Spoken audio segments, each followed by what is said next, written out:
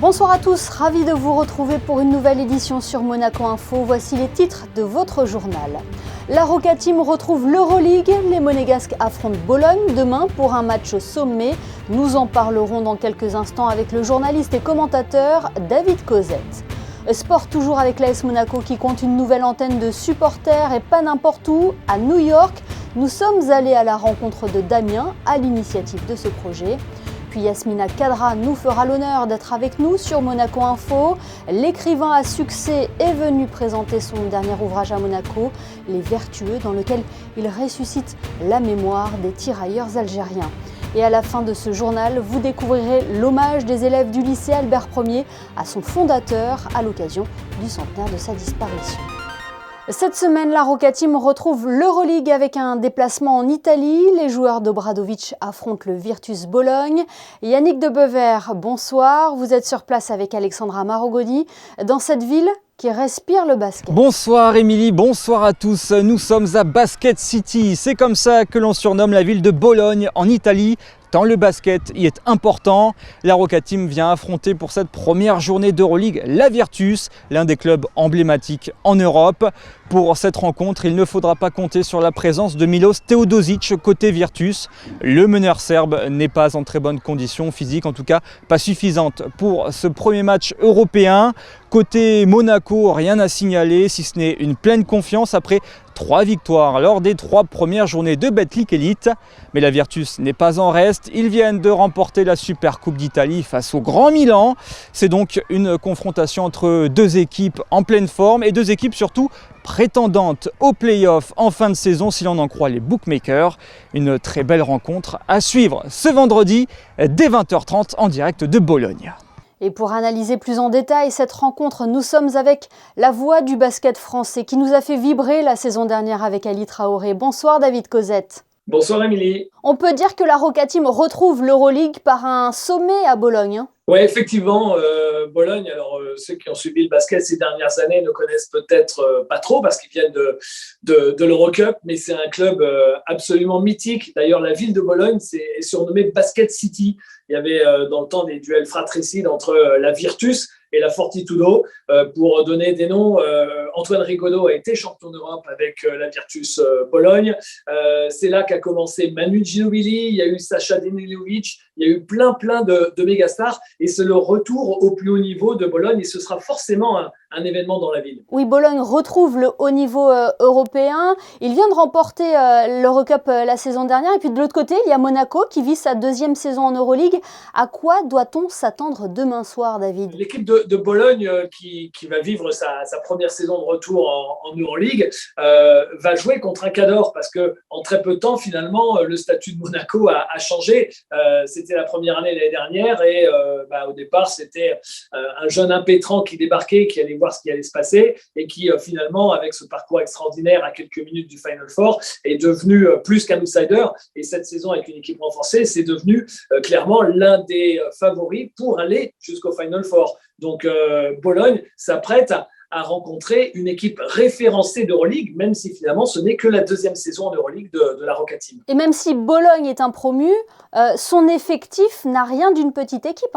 C'est un peu comme Monaco finalement. C'est un peu comme Monaco l'année dernière. Ils débarquent, mais avec de belles ambitions, avec une équipe, on ne va pas dire surdimensionnée pour l'Euroleague, parce qu'il y aura toujours plus surdimensionnée, mais c'est pas une équipe de rookies. C'est une équipe avec énormément d'expérience, avec des joueurs européens majeurs. C'est une équipe qui, d'entrée, sera un candidat à minima au play-off, ce qui finalement correspond au statut de ce club mythique. Monaco s'est renforcée pour cette nouvelle saison. Elle est pleine d'ambition, cette équipe de la Roca Team. Oui, effectivement, quand vous êtes tout près d'aller au Final Four et que vous vous renforcez de cette façon-là, sur le papier, l'équipe est clairement plus forte au niveau des individualités, au niveau de la profondeur d'effectifs que l'année dernière. Mais on sait aussi, et c'est un peu rassurant quelque part, parce que c'est aussi la beauté du sport, ça ne fait pas tout. Il ne suffit pas d'aligner les zéros sur un chèque, il ne suffit pas d'aligner les noms de joueurs prestigieux pour que l'équipe gagne tout.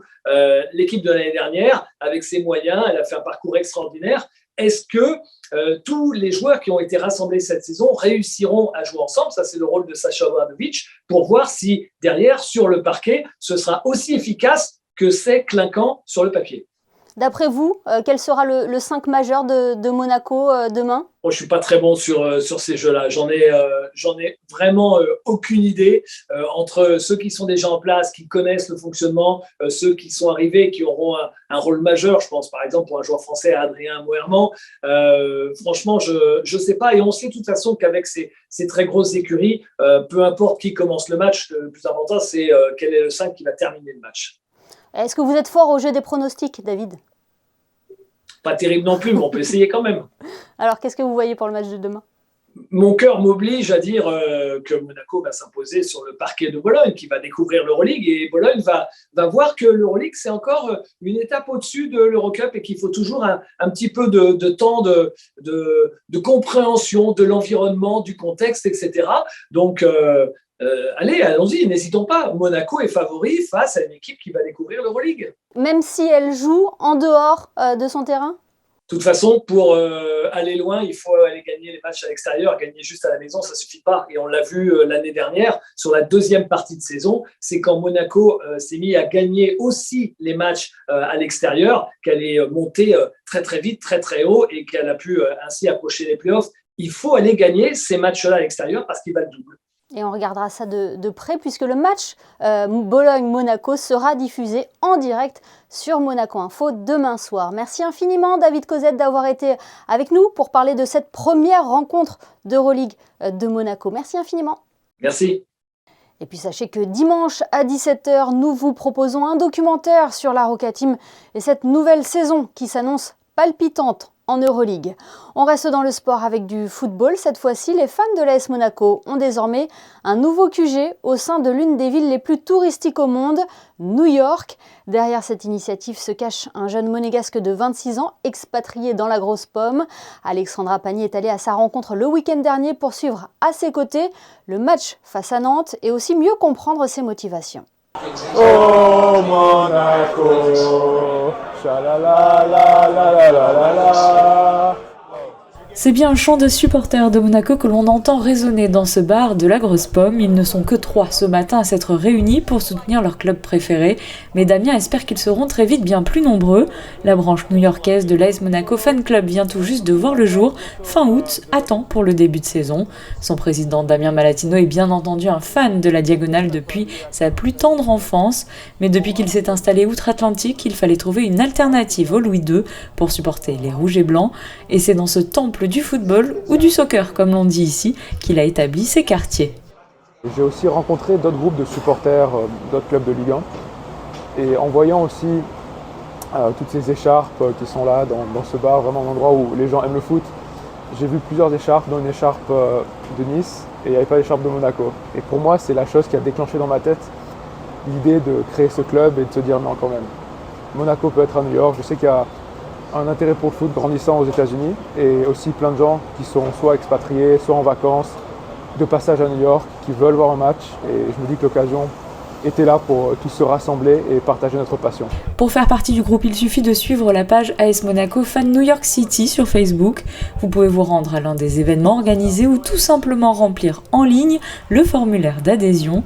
La cotisation est de $25 et vous donne droit à des avantages comme une réduction de 10% sur la boutique en ligne de la SMFC. Et le recrutement est déjà en cours.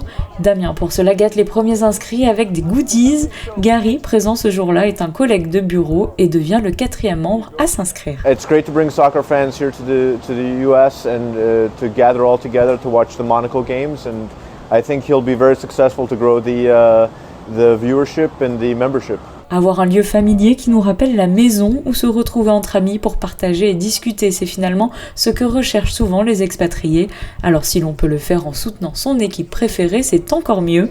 Et à l'image de ce maillot de Darren Bent, peut-être que bientôt l'on verra un maillot monégasque dédicacé au fan club new-yorkais accroché sur les murs du Football Factory. Si l'AS Monaco entend ce message, le Football Factory de New York attend son maillot dédicacé. Dans le reste de l'actualité, la décision prise ce matin en conseil métropolitain sous la présidence de Christian Estrosi, des moyens vont être mis en œuvre pour la réalisation d'un projet de trémie sur la moyenne corniche afin de fluidifier la circulation et renforcer la sécurité. Le gouvernement princier s'est félicité de cette décision. Un mot sur ce petit déjeuner conférence organisé par la Jeune Chambre économique de Monaco au Méridien. 5 ans après la loi sur les multifamily office, quel bilan pour l'attractivité de la principauté? C'était le thème de ce rendez-vous qui a notamment accueilli le ministre des Finances et de l'Économie, Jean Castellini. La principauté se mobilise pour Octobre Rose. Vous le savez, ce mois est dédié à la lutte contre le cancer du sein. Nous en parlions d'ailleurs hier avec notre invité, le docteur Abdol Reza Bafghi, chirurgien gynécologue. Sachez qu'un stand sera mis en place par le centre hospitalier Princesse Grace samedi 8 octobre, place d'Armes. Les professionnels de santé seront présents pour répondre à toutes vos questions. Il est devenu l'écrivain algérien le plus célèbre de sa génération. Yasmina Khadra était l'invité aujourd'hui des rendez-vous culturels du Métropole. L'auteur à succès est venu présenter son dernier ouvrage, Les Vertueux. L'occasion pour nous d'en savoir plus sur son parcours et partager avec lui sa philosophie, celle qui compose son succès. Yasmina Khadra nous fait le plaisir d'être avec nous ce soir. Bonsoir. Bonsoir. Yasmina Khadra n'est pas votre vrai nom. Est-ce que l'on peut revenir sur l'origine de ce pseudo et pourquoi vous l'avez choisi? Écoutez, moi, j'étais dans l'armée avant. J'écrivais sous mon vrai nom. Et puis la hiérarchie a commencé à ne pas apprécier le fait de me trouver de temps en temps dans la presse écrite. Et elle m'a imposé un comité de censure. Et moi, pour échapper au comité de censure, j'ai choisi un pseudonyme. J'ai écrit pendant 11 années dans la clandestinité avec différents pseudonymes. Et puis en 1996, j'avais opté pour les prénoms de mon épouse. Comme ça, moi, j'écris des bouquins et elle encaisse les chèques. Elle a tout gagné alors? Ah, tout, moi compris. Vous exactement. Et votre destin était déjà tourné vers l'écriture. Vous l'avez dit vous-même, hein, vous êtes né pour écrire. Absolument, je tiens ça de mes ancêtres. Nous sommes une nation, d'ailleurs c'est une dynastie, les Moursoul, c'est une dynastie qui a régné pendant 6 siècles dans la Sahara. Et tous mes ancêtres ont été des poètes ou des érudits. Il y a des livres qui ont marqué votre parcours, qui ont pavé votre chemin, Yasmina Khadra? Écoutez, moi je suis comme une abeille, je butine dans tous les jardins pour faire mon miel. Donc tous les livres me parlent, tous les livres me construisent quelque part. Mais il y en a qui m'avaient marqué, comme par exemple Le Petit Prince de Saint-Exupéry et toutes les œuvres de Saint-Exupéry qui est un peu mon saint patron. J'aime aussi la littérature américaine, John Steinbeck, la littérature russe, française, tout aussi est à mon âme. Vous mentionnez Le Petit Prince, c'est l'ouvrage qui est le plus traduit au monde, un peu comme vous, parce que vos romans sont traduits dans 48 langues, je crois. Vous êtes édité dans plus de 55 pays. Vous attendiez à un tel engouement? Non, pas du tout. Vous savez, le succès, c'est comme une rencontre de troisième type. Il faut savoir tout simplement la garder. Je suis traduit plus précisément en 53 langues dans 58 pays, mais Saint-Exupéry, il est très très loin devant. Hein. Vous êtes à Monaco, Yasmina Khadra, car vous êtes l'invité des rendez-vous culturels de l'hôtel Métropole où vous présentez notamment votre dernier ouvrage, Les Vertueux. C'est l'histoire de Yacine, c'est ça, un berger envoyé à la guerre de 14-18 dont le retour au pays va être plus que douloureux. Hein. Oui, c'est un peu l'histoire de... Mon personnage incarne toutes les épreuves qu'ont traversé les Algériens pendant la première moitié du XXe siècle. Et c'est précisément cette période-là, cette époque, qui va façonner les Algériens d'aujourd'hui. Et on passe par tous les sentiments, l'amour, la haine, la solitude, le pardon. Oui, bien sûr. Pour moi, il faut impérativement insuffler une âme à une œuvre. Sinon, elle ne peut pas nous survivre. Donc moi, j'ai essayé de prendre le lecteur par la main et l'emmener découvrir une mentalité, une culture, un pays, une histoire. C'est un peu ça qu'on retrouve un petit peu dans tous vos livres, Yasmina. Je suis un grand partisan, non pas du pardon, parce qu'on peut aussi, à la place du pardon, proposer la réconciliation avec les autres et avec soi-même. Mais je suis quelqu'un qui cherche à prouver que toutes les guerres ne sont que des faillites, la faillite du bon sens et qu'il faudrait peut-être profiter au maximum de la vie. Et la seule façon de vivre pleinement sa vie, c'est de s'émerveiller, d'apprendre à s'émerveiller, à aimer, à s'instruire tous les jours. Et c'est sûrement cette philosophie qui fait votre succès. Le cinéma est un domaine qui vous intéresse également. Plusieurs de vos ouvrages ont été adaptés sur grand écran. Hein. Oui, j'ai 4 romans qui ont été adaptés au cinéma, mais j'ai aussi écrit 2 scénarios, un pour Forest Whitaker et Harvey Keitel, pour Hollywood, et un autre pour une histoire européenne. Ce qui fait, et du coup, ça vous donne envie de travailler avec le 7e art encore plus? De vous diversifier? J'adore le cinéma. Moi, je suis un cinéphage. Vous étiez d'ailleurs membre du jury du dernier festival de cinéma américain de Deauville, hein? Oui, ça s'est très bien passé. On a quitté Deauville avec l'esprit tranquille parce que nous pensons avoir récompensé le meilleur film. Et qu'est-ce qui vous plaît dans le cinéma, Yasmina? Tout, l'évasion, le fait de se soustraire à ses préoccupations quotidiennes, le fait de découvrir d'autres univers, d'autres mondes, c'est voyager. Le cinéma, le livre, la musique, ce sont des tapis volants. S'évader, c'est important pour vous? Oui, absolument, parce qu'on s'évade pour se rattraper. On s'évade pour se réinventer. On s'évade pour aimer davantage ce monde, malgré tout ce qui nous déplaît, malgré les guerres, malgré les stigmates, malgré les amalgames. C'est ça la philosophie. Moi, j'ai dit que la seule façon peut-être de vivre pleinement sa vie, c'est de savoir aimer de chaque religion un Dieu, un saint, et de chaque folklore un chant. Moi, je suis comme ça, je m'instruis partout. Chaque rencontre est un enrichissement pour moi. Eh ben, j'espère que cette rencontre aura été un enrichissement pour vous aussi. Merci infiniment, Yasmina Khadra, d'avoir été avec nous ce soir. C'est moi qui vous remercie. Lui aussi avait été l'invité des rendez-vous culturels du Métropole il y a quelques mois. Francis Huster était sur les planches du théâtre Princesse Grace hier pour présenter Molière, une pièce qu'il a lui-même conçue pour honorer celui dont on célèbre cette année les 400 ans de sa naissance. Retrouvez d'ailleurs, si vous ne l'avez pas vu, l'interview de Francis Huster accordée dernièrement à Monaco Info sur notre chaîne YouTube. Autre commémoration, celle du centenaire de la disparition du prince Albert Ier. Le lycée qui porte son nom sur le rocher vient de lui rendre hommage avec la création d'une œuvre éphémère dans l'enceinte de l'établissement. Le reportage de Yannick Debevert et Alexandra Marangoni. Le lycée Albert Ier met les voiles. À la barre, plusieurs élèves de terminale en option art plastique et leurs professeurs.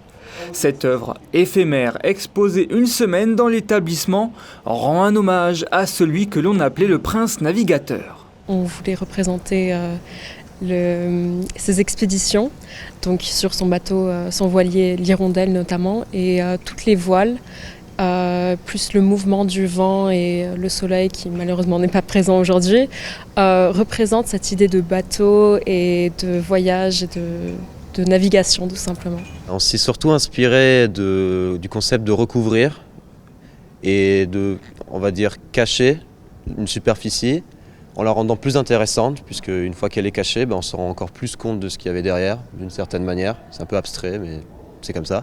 Initialement prévue pour être installée sur la façade extérieure du lycée, l'œuvre a finalement dû être déplacée dans la cour d'honneur de l'établissement pour ne pas être trop exposée aux rafales de vent. Composée de 3000 fanions en plastique, autant de baguettes en bois et 900 mètres de scotch, c'est une installation artistique de grande échelle. Et je suis très content et très fier de eux parce qu'ils ont tenu ce projet avec toutes leurs petites mains et on est arrivé à quelque chose d'exceptionnel, un geste spectaculaire qu'on aurait voulu qu'il soit visible pour tous. Je le considère une grande réussite, même si ça n'a pas été fait dans l'endroit où c'était prévu. J'aime beaucoup ce que ça a donné, on va dire tout l'aspect où le son, le vent, la lumière réussit quand même. Donc je pense que c'est une réussite et j'en suis très content. Il a fallu une année pour arriver à mener à bien ce projet inspiré de l'œuvre posthume de Christo sur l'Arc de Triomphe. Une année de conception, de demande d'autorisation et finalement de réalisation pour les 28 élèves mobilisés, pour qui ce sera bientôt le temps d'hisser les voiles vers les études supérieures. En bref, le week-end nature est de retour. La direction de l'aménagement urbain vous donne rendez-vous les 8 et 9 octobre pour la deuxième édition de cet événement qui sera placé autour du thème palpitant Mission Jardinier. La section Jardin de l'Ado accueillera les participants à la roseraie Princesse Grace et au cerf de culture de Saint-Laurent-d'Aise. Point d'orgue de ce week-end nature, le concert de l'Orchestre des Carabiniers du Prince ce samedi à 18h dans les Jardins Saint-Martin pour un pique-nique musical. Autre rendez-vous très attendu également par les petits mais également les grands, c'est la foire attraction. Elle prendra ses quartiers sur le port de Monaco du vendredi 21 octobre au samedi 19 novembre. Un dernier mot sur la météo avant de nous quitter. Quelle est la tendance pour la journée de demain, Frédéric Elion ?